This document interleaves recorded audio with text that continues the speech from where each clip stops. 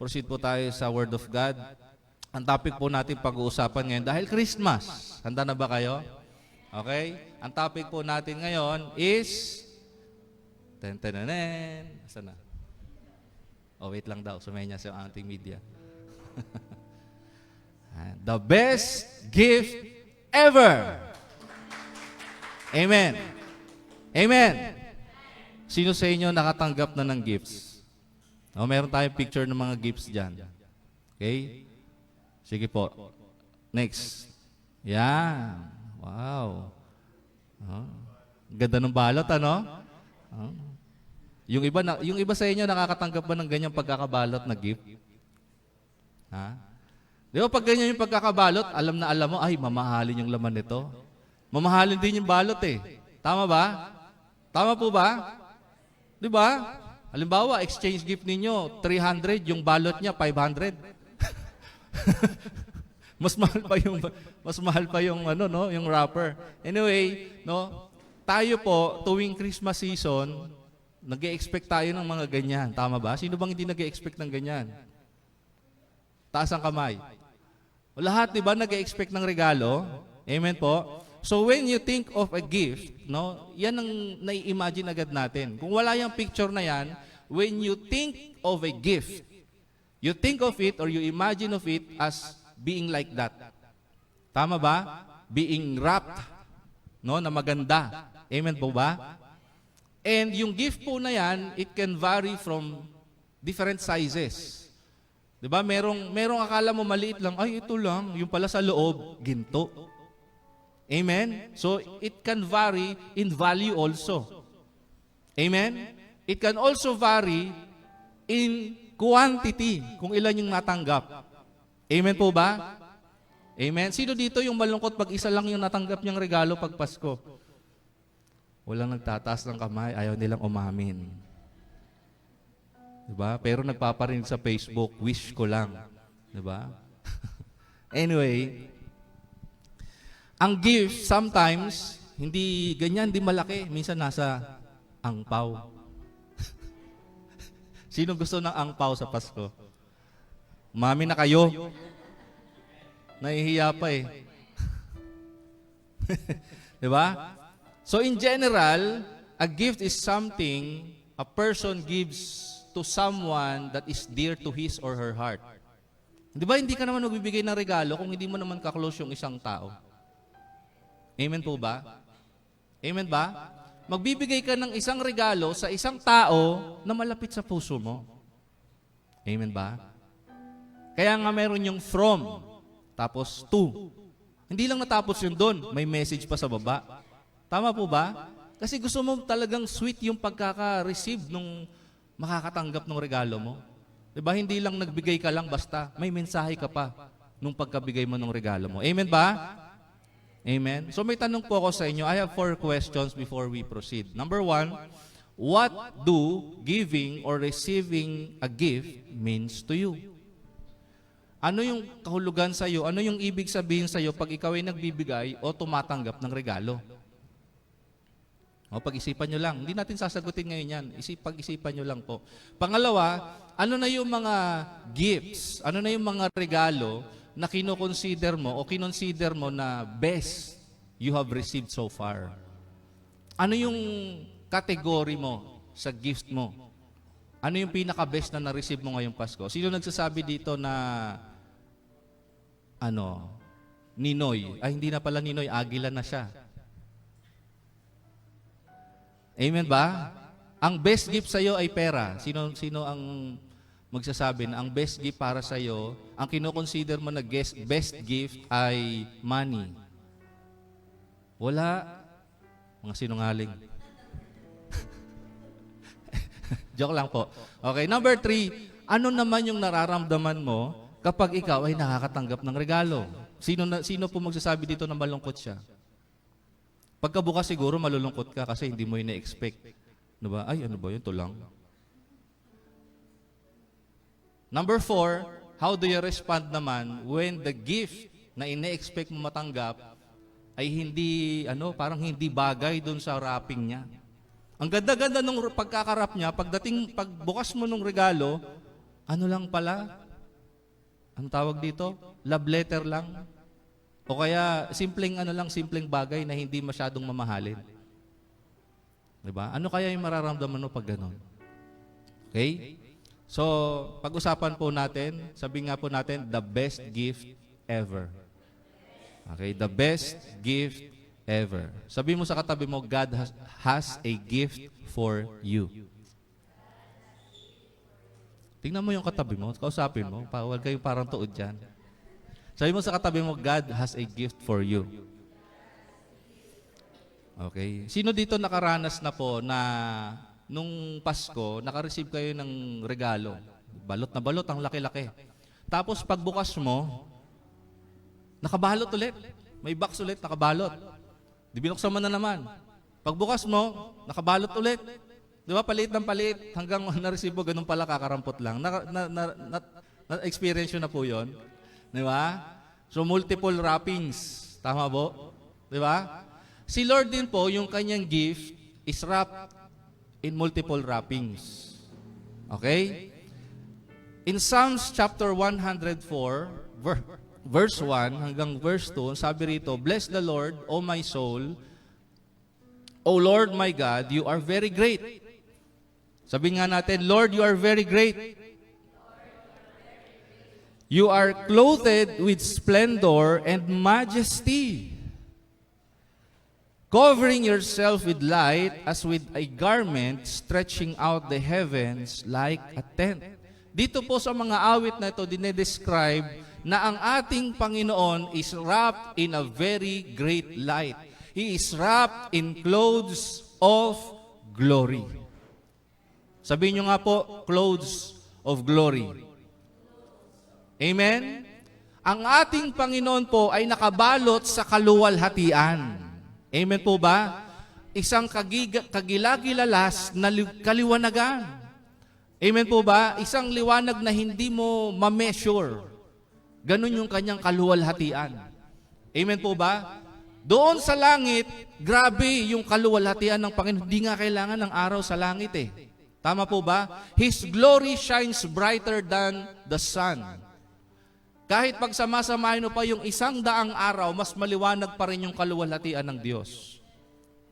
Amen po ba? Walang makakapantay sa kaluwalhatian ng Diyos. Nababalot siya sa kaluwalhatian. Amen po ba? Amen? Yun yung kanyang damit, yung kaluwalhatian niya.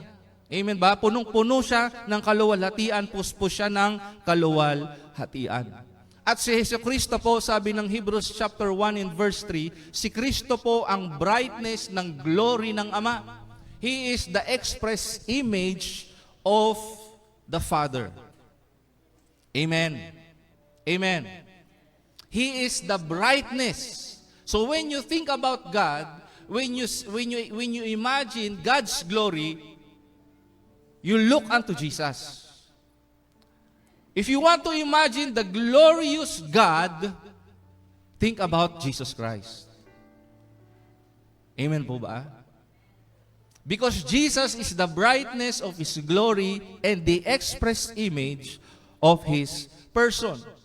In the beginning, in Hebrews chapter 1, verse 8 and in verse 10, nandoon na po ang ating Panginoong Jesucristo. He was seated on the throne. Next verse, sabi diyan, but of the Son, He says, your throne, O God, is forever and ever. This is the Father speaking. Amen? Ang sabi niya dun sa anak, your throne, O God. Ang tawag niya dun sa anak, Diyos din.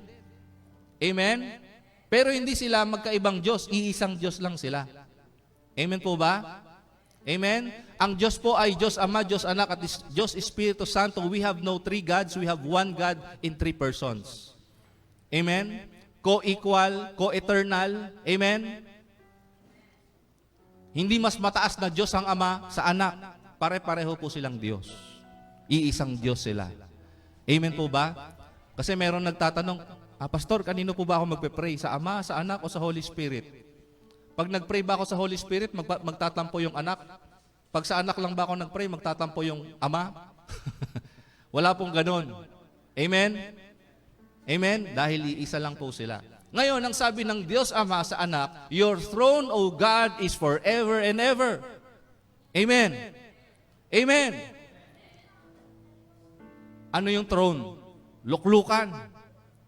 Ang iyong luklukan ay magpakailanman. Amen po ba? The scepter of uprightness is the scepter of your kingdom. And you, Lord, laid, kanino niya sinasabi to? Doon sa anak. You, Lord, laid the foundation of the earth in the beginning. Grabe. This is Jesus. This is the Father talking about the Son. Ang sabi niya, si Jesus daw, He laid the foundation of the earth. Amen ba? Amen po ba? Siya yung nagtatag ng pundasyon ng mundong ito in the beginning. Ibig sabihin, nandoon na si Kristo nung pasimula. Wala pa man yung mga lilikha, nandoon na siya. Amen po ba? He laid the foundation of the earth in the beginning, and the heavens are the work of your hands. Just imagine. Amen? I want you to imagine Christ in the beginning, laying the foundations of the earth. And when the Father said, let there be firmaments. Amen? Si Jesus Christ yung gumawa nun. Amen po ba? Hallelujah. Sabihin nga po natin, the gift of God is wrapped in clothes of glory. Yun yung first wrapping. Amen po ba? In Luke chapter 2 verse 1 to 12, God's gift to humankind needed to be wrapped a second time in a human form. In those days, sabi rito, a decree went out from Caesar Augustus that all the world should be registered. This was the first registration when Quirinius was governor of Syria, and all went to be registered, each to his own town. And Joseph also went up from Galilee, from the town of Nazareth. Sino si Joseph? Sino po si Joseph? Si Joseph po ay takdang ikakasal kay Maria. And in the narrative ng Bible, in the Gospels, si Joseph and Mary, sila po yung naging magulang ni Jesus.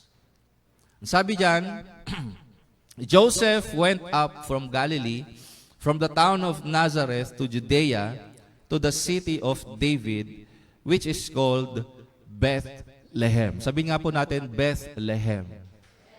Okay? I want you to underline that word in your Bibles. Bethlehem. Mamaya i-explain ko kung bakit mahalaga po na malaman natin kung bakit ipinanganak si Lord sa Bethlehem.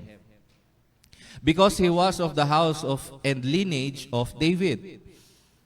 To be registered with Mary, his betrothed, who was with child.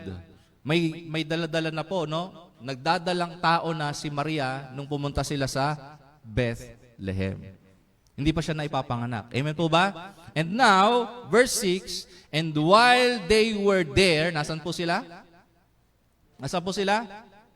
Bethlehem. The time came for her to give birth. Nung nasa Bethlehem sila. Verse 7, sabi diyan, and she gave birth to her firstborn son and wrapped him in swaddling clothes. Amen? And laid him in a manger. Sabi niyo, manger. Sabi niyo, manger. Okay? Mamaya pag-uusapan natin yan, yung Bethlehem at yung manger. Because there was no place for them in the inn. Bakit? Wala na daw silang mapasukang mga hotels or motels. Diba? Kahit mga apartels, wala na. Puno-puno na lahat. Bakit? Kasi this time, kung nasundan po nyo yung binasa natin from verse 1, kailangan po mag-register ng lahat ng mga Israelita. May census. Amen? So lahat ng provinces sa buong Israel dapat magpunta doon sa Jerusalem. Amen? Para i-register yung kanilang mga pangalan, pati yung kanilang mga anak. So lahat yun. So, punong-puno na lahat ng mga matutuluyan. So, wala na silang matuluyan. Amen?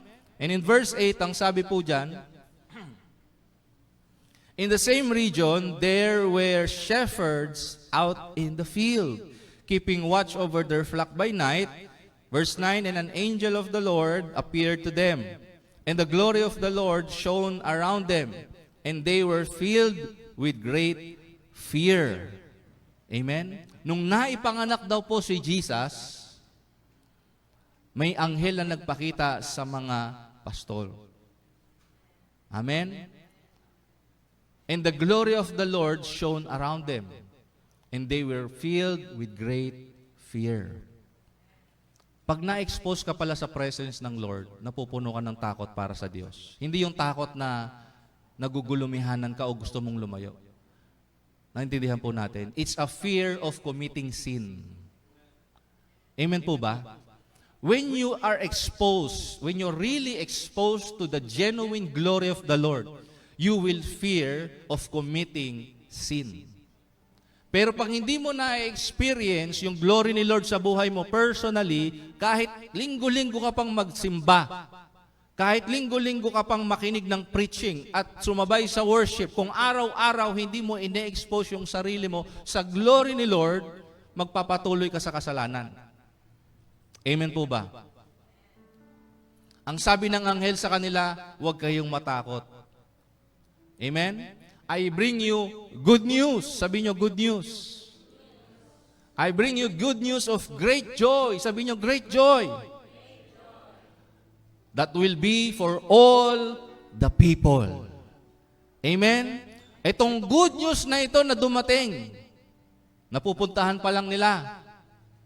Makikita pa lang nila. It is a good news of great joy na hindi lamang pang Israelita, hindi lamang pang Hudyo, kundi pang lahat ng tao. Amen po ba? Itong gift na ito mula sa langit bumaba na ipinoproklama nito mga anghel, this is a gift. Amen po ba? He is a gift of good news that brings great joy to all the people. Amen po ba? Parang malungkot yung iba sa inyo.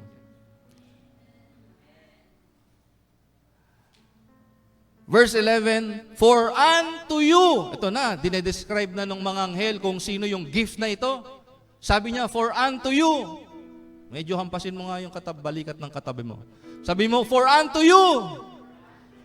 Para sa'yo.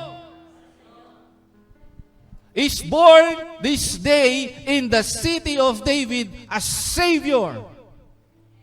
Amen? Who is Christ the Lord.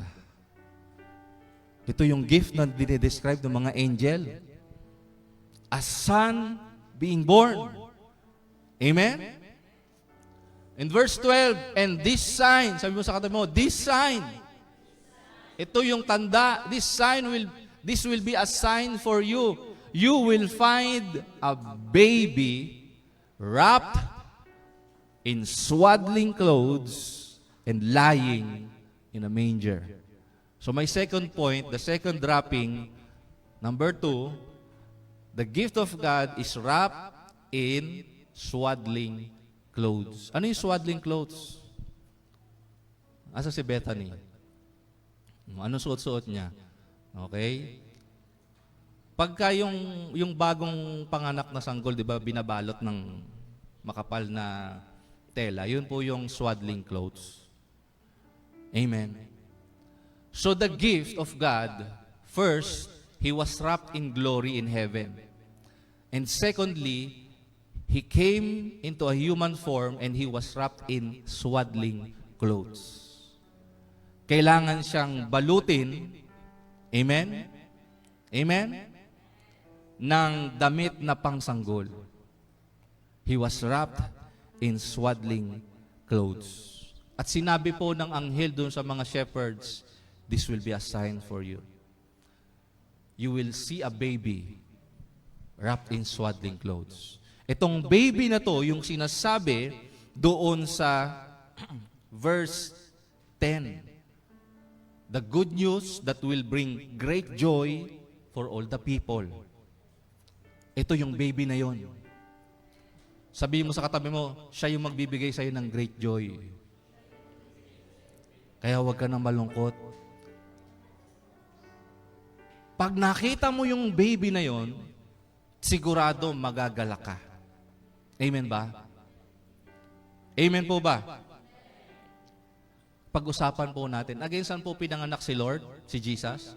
Bethlehem. Amen? Bethlehem. Sa Hebrew po, yung Bethlehem, ang pagkakabigas sa kanya ay Bethlehem. May parang halak. Bethlehem. Ganon. Bethlehem. Yung Beth, it means house. Yung Lechem means bread. So in English, Bethlehem, ang ibig sabihin niya ay house of bread. Amen. Amen ba? And si Jesus, nung nagmi-minister na siya, mababasa niyo po yan sa John chapter 6, sabi niya, I am the bread of life. Amen po ba? Amen po ba? At ngayon, saan daw siya hiniga? Manger. Ano po yung itsura ng manger? Hindi yung puno ng dayami yon. Mali yon. Ang manger po, yun yung kainan ng mga hayop. At laano na sila, halo-halo na sila doon. May tupa, may baka, may kambing, lahat ng hayop doon kakain doon sa manger. So yung manger po ay isang matigas na parang bato, may hulma, may pailalim. Okay, may palubog na part. Doon hiniga si Jesus. Ano ulit si Jesus? The bread of life. Amen? Yung manger doon kumakain lahat ng mga hayop. Amen po ba? And what does the manger signifies? Yung lalagyan ng pagkain, lahat ng hayop kakain, tayo lahat yon. Magbe-benefit doon sa bread of life na yon. Amen po ba? Amen po ba? Palakpakan po natin si Lord. Doon sa picture po na yon, you can imagine the bread of life was wrapped and laid in a manger. At ang unang nakakita sa kanya ay ano? Shepherd. Shepherd. Ang unang pinakitaan ni Lord kung sino siya ay mga shepherd. Ngayon, nagpunta na ngayon yung shepherds. No, hindi ko na nilagay po dyan for the sake of time. Kukuwento ko na lang sa inyo. Yung mga shepherds nagpunta ngayon. Nakita nila si Lord. Saan nila nakita si Lord? Sa manger. Amen po ba? At dahil sila ay shepherd, nung nakita nila si Jesus nandoon sa manger, nagkaroon na sila ng idea kung sino yung batang yon. Sinabi din sa kanila ng anghel, when you follow the narrative, sinabi ng anghel sa kanila, ito yung Lamb of God who takes away the sins of the world. And being a shepherd, in the Jewish context, they know, taon-taon po nilang ginagawa yung pagkatay ng sheep. Amen po ba? Taon-taon nilang ginagawa during their Passover feast. And when they saw the baby in swaddling clothes, yun agad yung na-remind sa kanila. Itong batang to, pinanganak para mamatay. The purpose of that baby is to die. Hello? The purpose of that baby is to die. But his death, again, sabi dun sa verse 10, will bring great joy to all the people. Amen.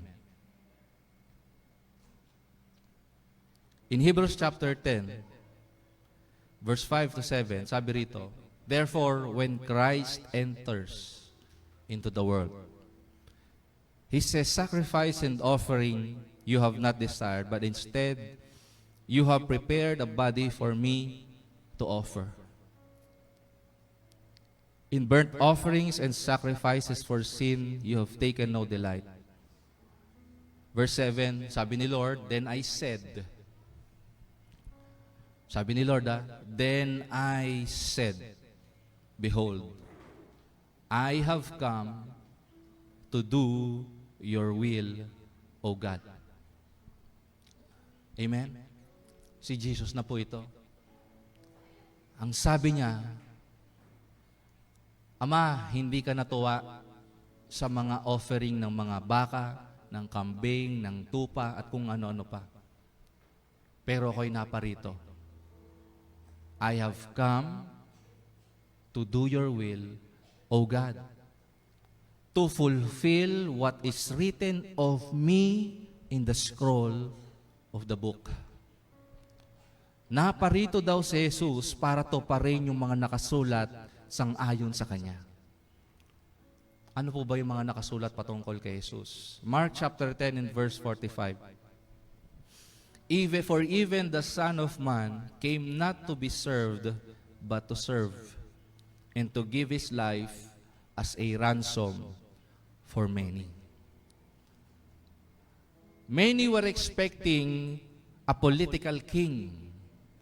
Kasi in the Jewish context, pag sinabing Christ, it means Messiah. Messiah is equivalent to being a king. Sabihin niyo po, hari. They were expecting a politically motivated Messiah. A politically motivated king.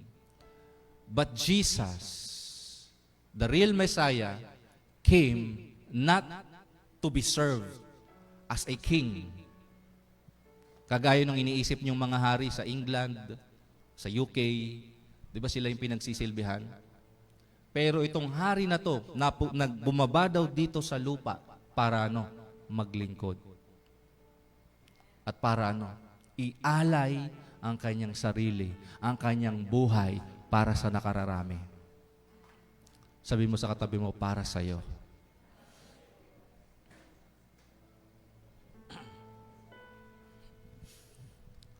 Christ came to die. Bakit po niya kailangan mamatay? Bakit po niya kailangan mamatay? Because God knew na kahit maraming pera yung ibigay niya sa inyo, kahit magarang buhay yung ibigay niya sa inyo, hindi po kayo magkakaroon ng great joy. Amen po ba? Marami na pong tao sa balita. Marami silang pera. Pero bakit tinatapos pa rin nila yung buhay nila? Maraming mga taong sikat. Ganon din yung ginawa nila. Amen? Alam niyo po sino nakapanood dito nung interview ni Tony kay Piolo? Sino po? Tony Talks. Okay? Ito kwento ko po sa inyo. Kasi yung misis ko mahilig manood ng Tony Talks. Ang gusto kong panoorin, action movie. Kaya lang, pag siya may hawak ng remote, siyempre di ba, Kylie? Cole? Pag sila may hawak ng remote, dapat tama ba, Jordan? Anyway, ganito po yung istorya. Napag-usapan po nila doon, parang tinanong ni Tony si Piolo doon sa, naalala mo ba yung testimony ni Pacquiao? Nung si Pacquiao daw, nung nandoon siya sa peak ng kanyang karir, nandoon siya sa tugatog ng kanyang tagumpay, doon niya naramdaman na empty. Ganito pala feeling dito. Biro mo, nasa kanya na lahat. Diba? Kampiyon siya. Pero nung nandoon na siya, feeling niya, empty siya. Ganon din daw yung naramdaman ni Piolo nung 25 years old siya. Biro mo, heartthrob, napaka-pogi, katulad ni June.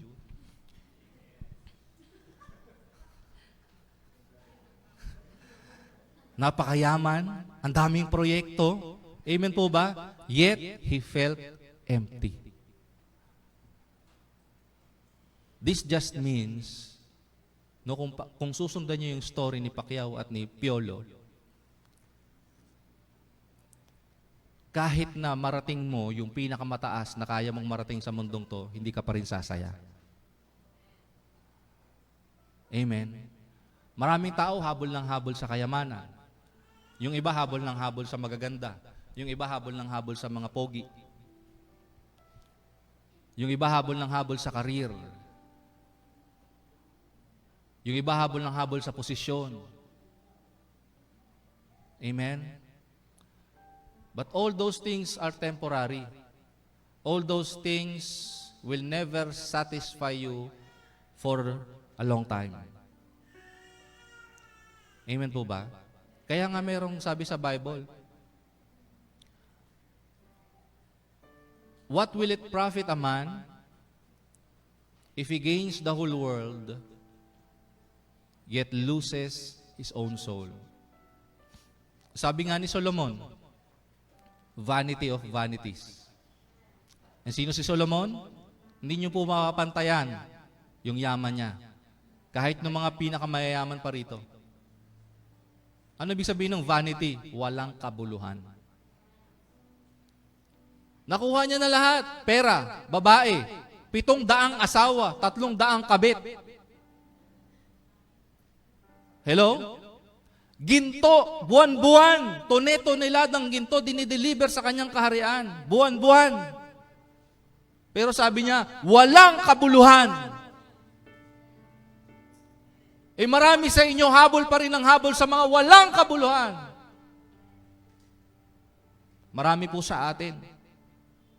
Naghahanap ng satisfaction sa mga bagay na walang kabuluhan. In the words of Jeremiah, you are looking for water sa mga basag na mga sisidlan. Amen ba?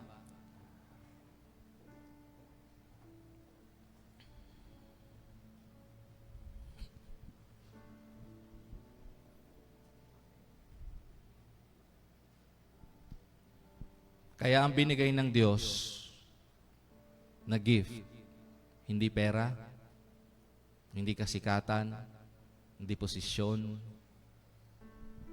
Ang binigay na gift ni Lord ay ang anak niya. At hindi lang yung buhay ng anak, hindi lang yung cute na baby. Ang binigay ng Diyos ay yung mismong buhay niya. Again, He was born to die for your sins and my sins. Bakit ba tayo nagsiselebrate ng Christmas? Dahil ba nag-e-expect lang tayo ng mga regalo? Pansamantala lang po yan, mga kapatid. Yung mga regalong matatanggap natin ngayon, pagdating ng ilang buwan, hindi na ganun ka-importante siya. Amen? In Mark chapter 15, verse 42 to 46, sabi rito, "Now when evening had come, because it was the preparation day, that is, the day before the Sabbath, Joseph of Arimathea, a prominent council member who was himself waiting for the kingdom of God, coming and taking courage, went in to Pilate and asked for the body of Jesus." Amen? Patay na po si Jesus dito. He was already hanging on the cross. And Joseph of Arimathea, pumunta daw kay Poncio Pilato para humingi ng permiso para kunin yung katawan ni Jesus dun sa cross. Kasi patay na siya. Pilate marveled. Sige. Next. Pilate marveled that he was already dead. Bakit po napako si Kristo? Bakit po napako si Kristo? Bakit po namatay si Kristo? Dahil sa kasalanan nating lahat. Amen po ba? Amen ba? May tao po sa labas?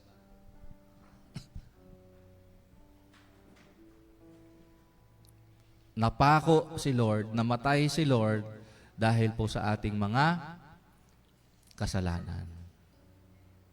Imagine, from birth, nung nagkaisip siya, hanggang nung naging 20s, nag-30s po siya, nasa isip na niya, mamamatay siya. Aakuin ko lahat ng parusa sa mga taong ito. Amen. Kahit hindi nila i-acknowledge, kailangan ko pa rin gawin. Amen ba?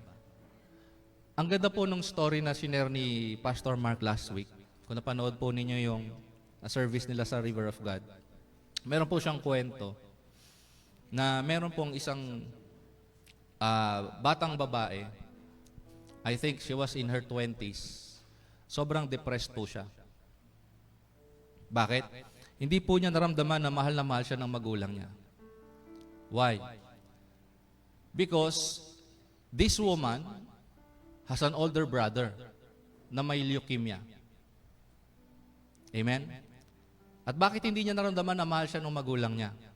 Kasi po, the reason why her parents conceived her para magkaroon ng transplant, ng bone marrow transplant from her to her brother. Yun lang yung purpose niya. Kaya growing up, alam niya na yun lang yung expected ng magulang niya sa kanya. Kumuha ng bone marrow para ibigay doon sa kanyang kapatid. Kasi hindi po compatible, hindi magiging compatible yung bone marrow ng parents. Pero mataas ang probability and possibility maging compatible ang bone marrow ng kapatid.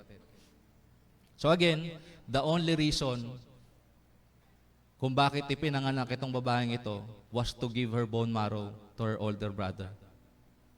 And growing up, she felt that. Amen. Na yun lang yung kailangan sa kanya. And now imagine the Lord Jesus Christ growing up. Walang pagpapahalaga sa kanya yung mga tao. Even now, many of us, hindi po natin nakukuha. Hindi natin ma-imagine, hindi natin na-imagine. Hindi talaga natin nauunawaan kung bakit bumaba si Jesus at kung bakit kailangan niya mamatay. Ang sabi ko nga sa inyo last week, may mga Kristiyano, CEO, umatid lang ng church, Christmas and Easter only. Bakit? Alam nila pag Christmas, may kainan, may handaan. Hello? Ang totoong Kristiyano, araw-araw, binibigay niya yung buhay niya kay Kristo. Kasi nauunawaan niya na binigay ni Kristo ang buhay niya para sa kanya. Amen ba?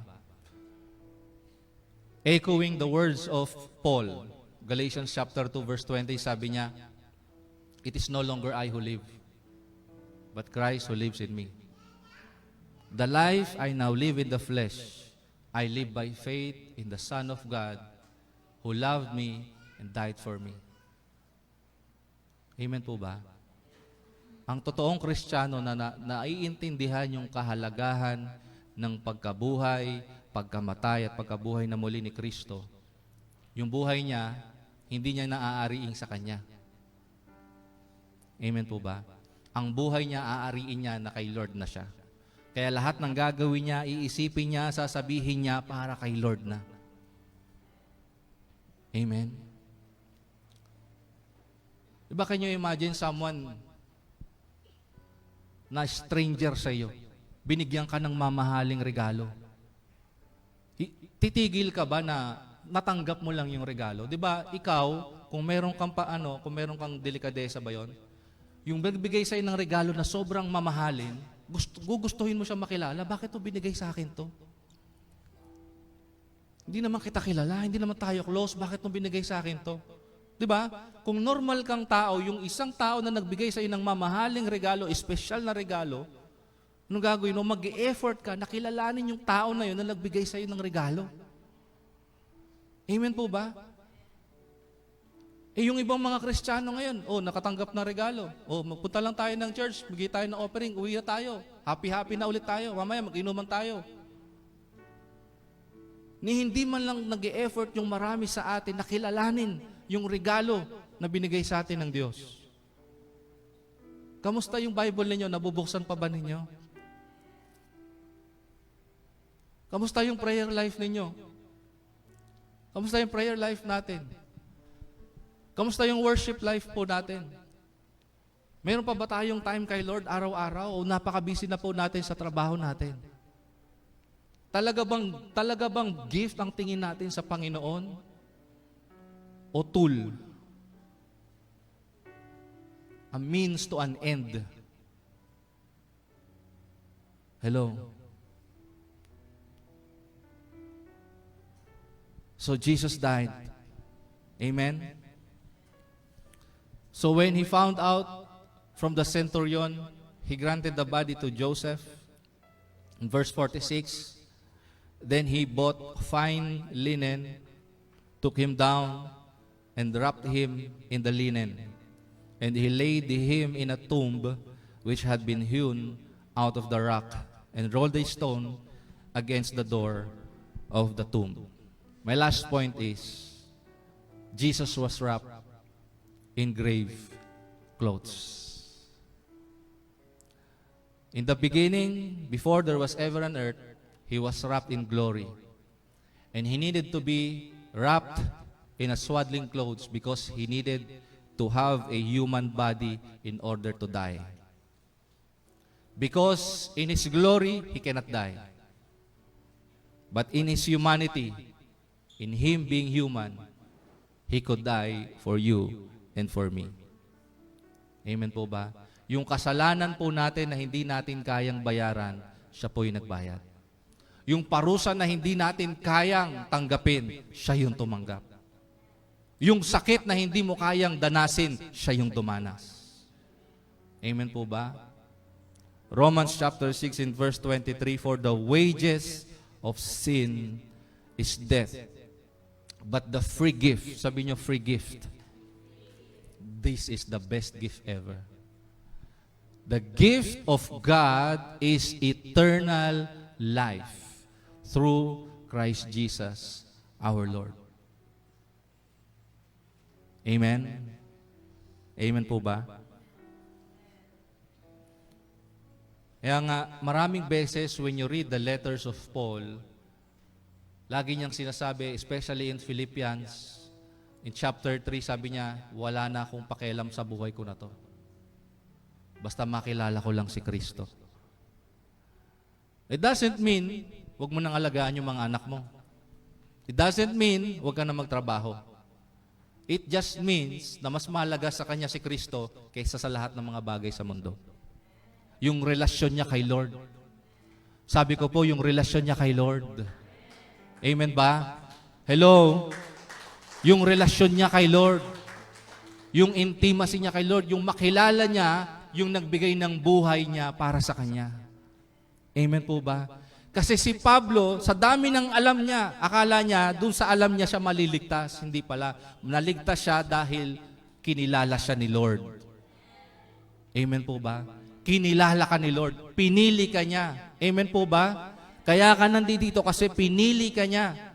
Inari ka niyang sa Kanya. Dati lahat tayo kaaway ni Lord, lahat tayo matitigas ang ulo, lahat tayo pasaway. Amen? Amen. Pero dahil sa Kanyang pag-ibig, mayroong word sa Bible, love covers a multitude of sins. Therefore, God in His love covered every sin in our hearts, in our minds. Amen ba?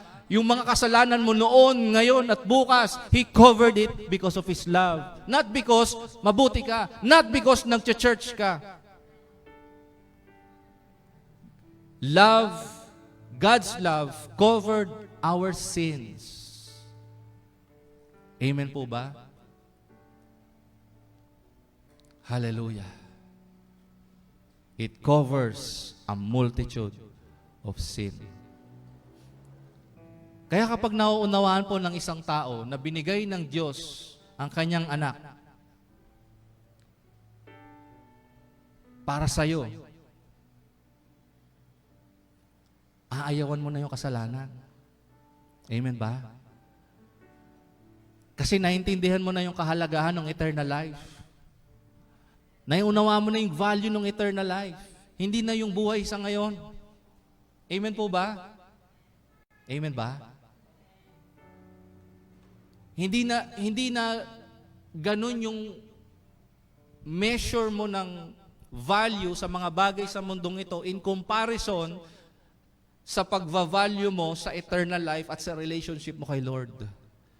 Kumbaga, in comparison, iPad o prayer? Dota o si Lord? ML o si Lord? Shopee o si Lord? Shopping o si Lord? Totoo ba na si Lord?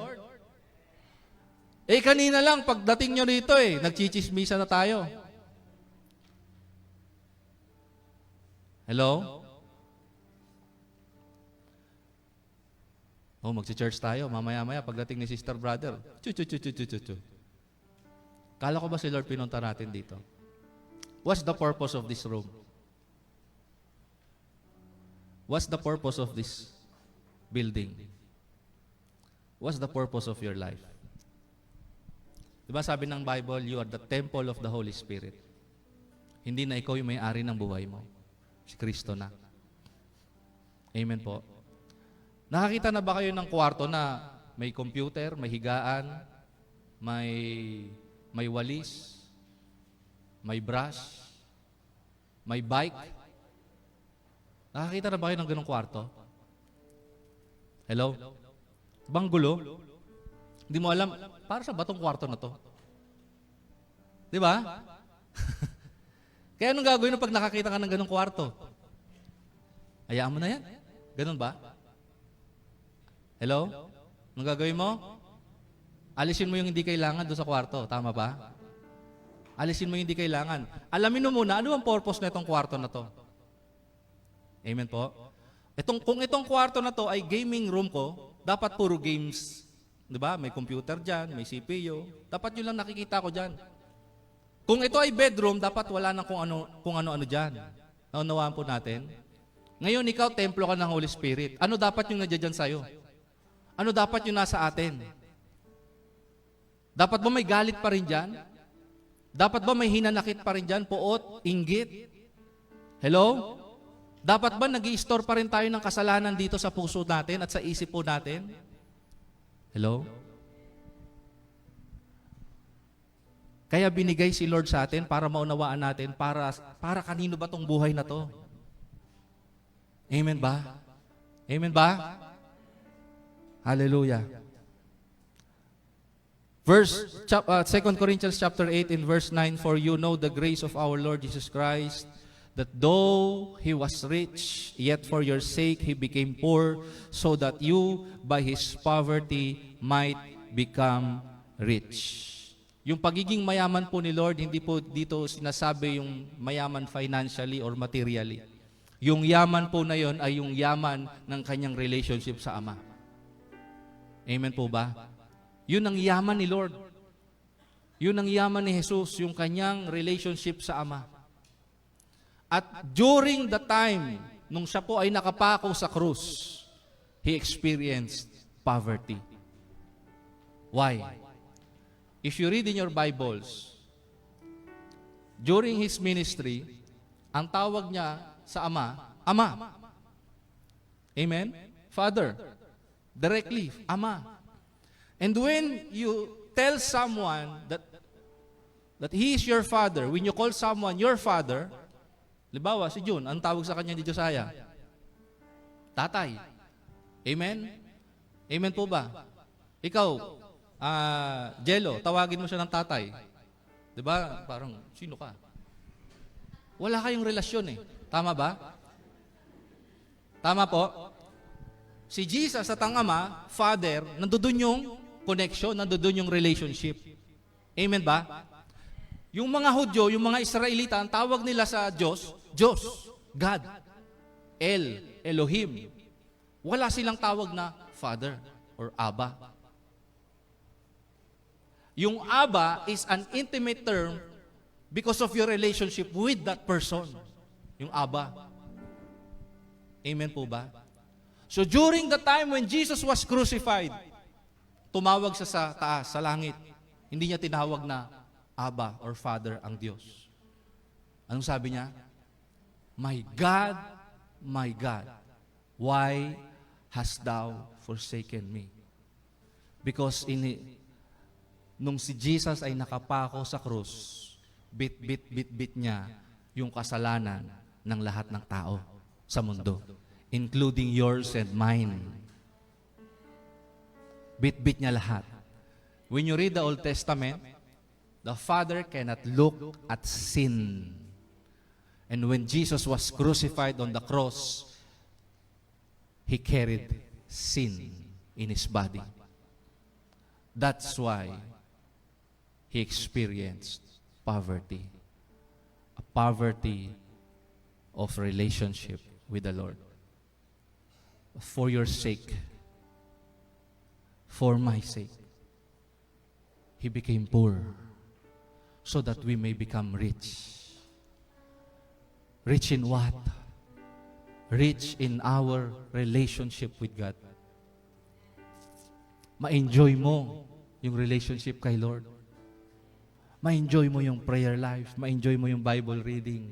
Ma-enjoy mo yung worship. Amen po ba?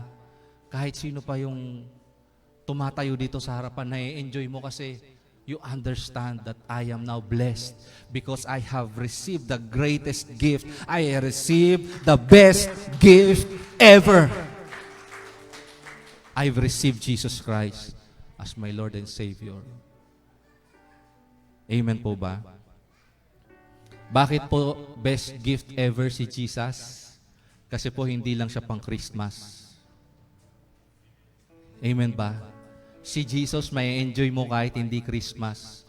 May enjoy mo sa January, sa February, sa March, April, May, June, July, August, September, October, November, December, 2026, 2027, 2028, hanggang mamatay ka, may enjoy mo si Jesus. Amen po ba? Amen ba? Hindi mo na kailangan ng kahit ano sa mundong ito kung meron kang Jesus. Amen po ba? Hindi na mapapalitan ng saya mo pag meron kang Jesus sa buhay mo. Ang tanong, next slide, have you received God's best gift ever? Tinanggap mo na ba ang regalo ng Diyos sa'yo? Amen. If not, next question, will you receive God's gift for you today? What is the gift of God? Relationship. Amen. Lahat po tayo tumayo sa presence ng Panginoon.